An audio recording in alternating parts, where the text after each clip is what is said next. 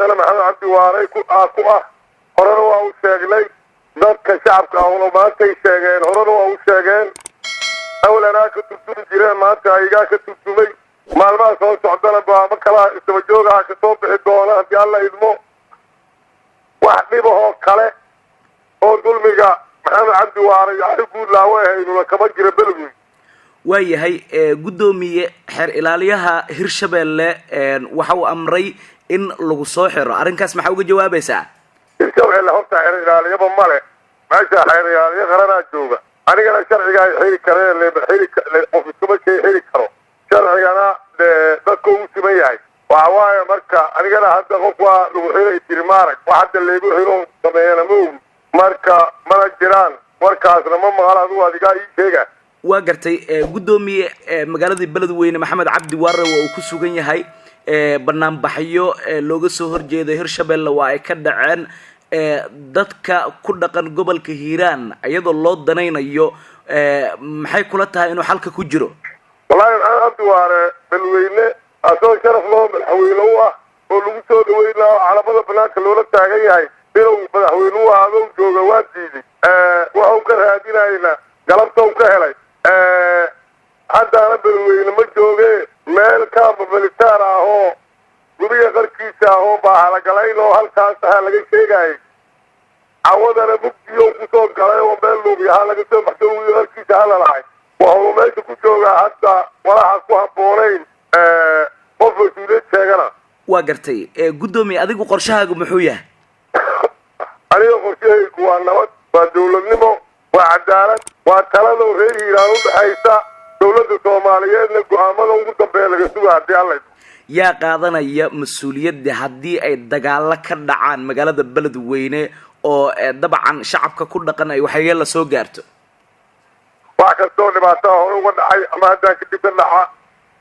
Cabdi Waare mas'uuliyadda qaadana xilka qaadistii lagu sameeyay maxaad ka leedahay mar kale xil laga qaadamo ma jiro xilka sharciga lagu dhiibay sharcigana laga qaadi karaa dastuurka Hirshabelle oo lagu soo magacaabayna sidoo xilka qaadis ku imaaleed laga magacaabay xilka waa gartay laakiin gudoomiye hadii dabcan adigii aad ku sugan tahay magaalada Beledweyne Maxamed Cabdi Waare oo qayb ka yahay ciidamo taabacsan ay joogan dhinacaagana ciidamo ku taabacsan ay joogan magaaladii soo mar walba lama filan karo in dagaal uu ka dhaco maadaama xaalku uu cakiran yahay wallahi Maxamed Cabdi Waare taabacsan uma joogan ciidamada ciidamada dawladda Soomaaliyeed oo militariga amniga gobolkaana suga Maxamed Cabdi Waare xero ciidanka hadda degan yahay oo ciidan xawaal soo galiyay kadibna waxa ka dambeeya waa arki doonaa hadii Allah idmo anuuna hadda meesha ku jiro ku weerari ma cid Allah idii soo weerarsana baa kastaba halaatee inay iska difaac diyaar u hayaan oo kaashanaya dadka reer Hiiraan laakiin adiga hadii aad weerar qaadid ama lagugu soo qaado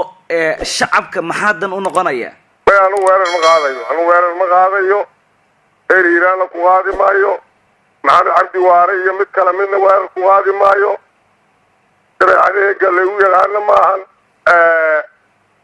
waxa haleysana oo Maxamed Cabdi Waare haleeyana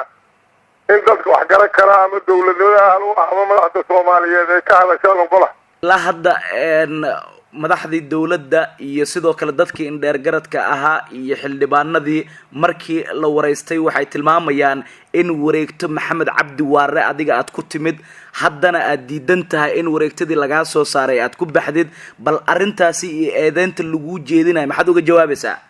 adeer horta sidii qof wax garan karina diilaan loo haystaa sidii qof uu sheegay yaqaan ila hadal waxaan ku wari magacaabista Maxamed Cabdi Waare ma jiro sharciga ee talay ku timid wareegtado kaliya oo suuq ku lahay haatee wareegtada inuu horay la isku diidan laakiin sharciga ku waray dadka Soomaaliyeed oo joog dastuurka Hirshabelle qodobka 38 wuxuu sheegayaa madaxweynaha awoodiisa waa tilmaamayaa madaxweynuhu hadduu dalka ka maqan yahay in madaxweyne ku-xigeenka ku simo wax la magacaabi karo wax la ridi karo asuguna uusan magacaabi karin hadduu 10 kiiloomitir dalka u jiro mabaasibka Maxamed Cabdi Waare warqadu ka soo qoray aniga xilka lagu dhiibin warqadu baas laga soo qoray xilka laga magacaabi karo midda kale أنا محمد عبد الوهاب مقا كل حضور غيره إلى كتا شبينه محمد عبد الوهاب إلا أمر سبي دولته وكما حيا إلا شغينين أنا كدي ما حلك العيد على كور أنت اللي شغيناي أو بالحويني إياهاي وأنا أمرك كذا حاحلك اللي قدادوه laakiin waxaan leeyahay gudoomiye Yuusuf Dabageed marar badan buu xilkii Hiiraan soo qabtay waa laga qaaday haddana waa uu ku soo noqday marar badan si nabad ayuu ku wareejin jiray bal hadda maxaa keenay inuu si nabad ku wareejin waayo xilka aniga afar jeer ah leedii waa hadda ka horeyso waana laga qaaday waligeena waa wareejin waxaan hay ma dhihin shacabka reer Hiiraan iyo dadka waxgaradka ay la weydiyo u baahan waxa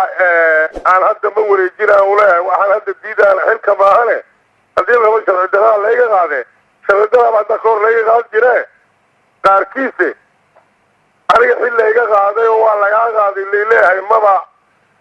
kuleeli qabow ugu haare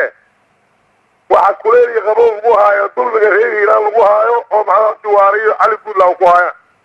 waxa diidaan waa waxaas ina diidaan reer Hiiraan kala toodaa waay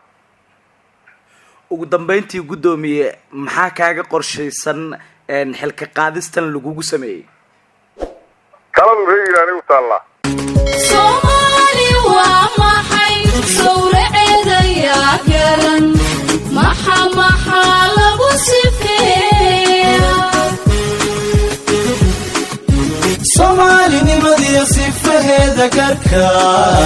haddana su'aasha jawaabteedu waa sidan